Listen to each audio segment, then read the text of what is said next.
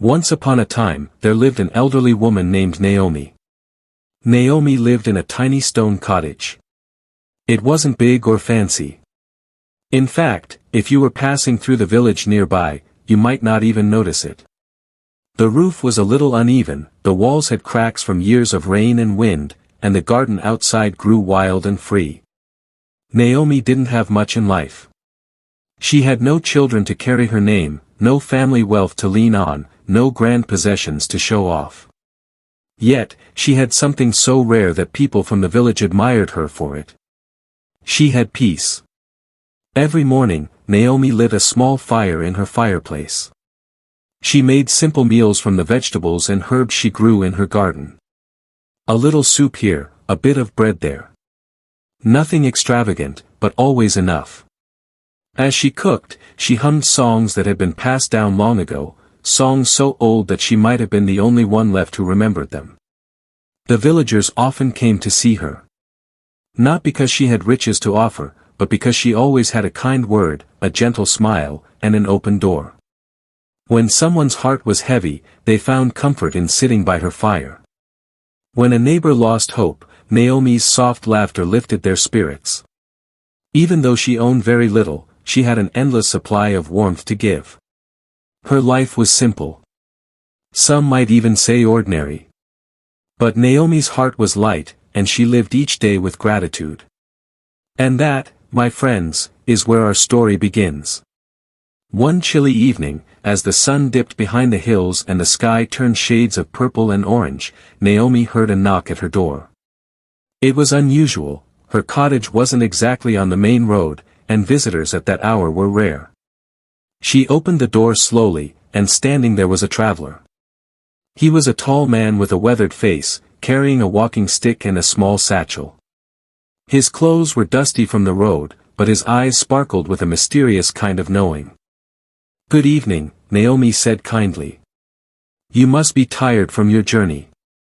Come in and warm yourself by the fire." The traveler stepped inside, grateful for the warmth. After a few moments of silence, he looked at her and said, "Naomi, I've heard about you.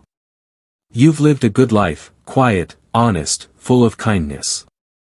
And because of that, I want to offer you something rare. A choice." Naomi tilted her head, a little amused. "A choice? At my age, I don't have many choices left, my friend." But the traveler only smiled. "Come with me. Just for a short walk. There is something I want to show you." Though she was hesitant, something in his voice felt sincere. So she put on her shawl, took her lantern, and followed him. They walked through the quiet fields until they reached a wide meadow under the moonlight. And there, standing in the grass, were 3 doors. It seemed impossible, how could doors be standing freely in the middle of a field? Yet there they were. One door was golden, glowing as though it had been touched by the sun. The second was carved from polished wood, simple but elegant. And the third was old, rusted, and worn, with peeling paint and a crooked frame. The traveler turned to her and said, "Behind one of these doors lies your deepest desire. The thing you've wanted most in life, whether you've spoken it out loud or only carried it quietly in your heart. Behind the other 2, lies only disappointment. Choose one." Naomi looked at the 3 doors. The golden door shimmered as if it promised wealth beyond measure. The wooden one seemed to whisper of beauty, youth, or perhaps something more. And then there was the rusted door, unremarkable, old, and forgotten. Without hesitation, Naomi walked to the rusted door. The traveler raised an eyebrow. "Why this one? Don't you want the gold? Or to see what lies behind the polished wood? Surely they hold something greater." Naomi placed her wrinkled hand on the handle and smiled gently. "Because, my friend, the most beautiful things in my life have never come dressed in gold. They've always come wrapped in old, ordinary, and imperfect packages. So if I must choose, I'll choose what is worn and overlooked. That's where true treasure often hides." With that, she opened the door. Dust swirled in the air. Inside, there was nothing. Just silence. Empty space. The traveler frowned, waiting for her to look disappointed. But Naomi only chuckled softly.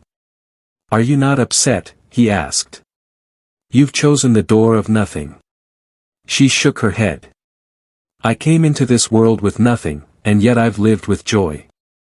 I still have my smile. I still have peace. So tell me, what have I really lost?" The traveler said nothing for a moment. Then, slowly, he walked to the other two doors. With a wave of his hand, they swung open.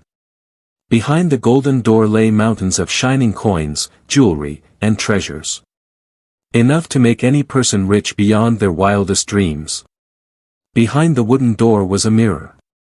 And in the reflection, Naomi saw herself, not as the elderly woman she was now, but young, radiant, and beautiful.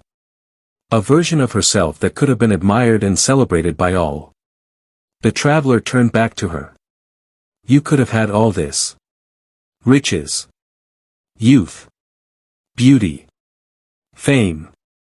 Everything people chase after." Naomi looked into his eyes with her calm, steady smile. "More than what I already have. More than peace in my heart. More than knowing how to smile even when the world feels dark. More than the joy of a bowl of soup and a warm fire. No. None of that is more. I already chose the right door." And with that, she turned and began walking back to her little stone cottage. The traveler stood there in the meadow, watching her walk away. For a long moment, he didn't move. Then he finally understood. He realized that happiness is not always behind the golden door, or in the promise of youth, wealth, or admiration. Sometimes the greatest treasure is not in what you gain, but in being content with what you already have. Naomi returned to her home. She sat by the fire, stirred her simple soup, and hummed her old songs. Her smile glowed softly in the flickering light, as warm and steady as ever. And the traveler, still standing in the meadow, whispered to himself, "The richest person is not the one who has the most, but the one who needs the least." That night, the stars shone brighter, as if the heavens themselves were agreeing. So, what does this mean for us, listening to this story today? It's easy to get caught up in the chase for more. More money. More recognition. More beauty. More things. But sometimes, when we finally get them, we realize we are still empty. Because true happiness doesn't come from what's behind the golden door.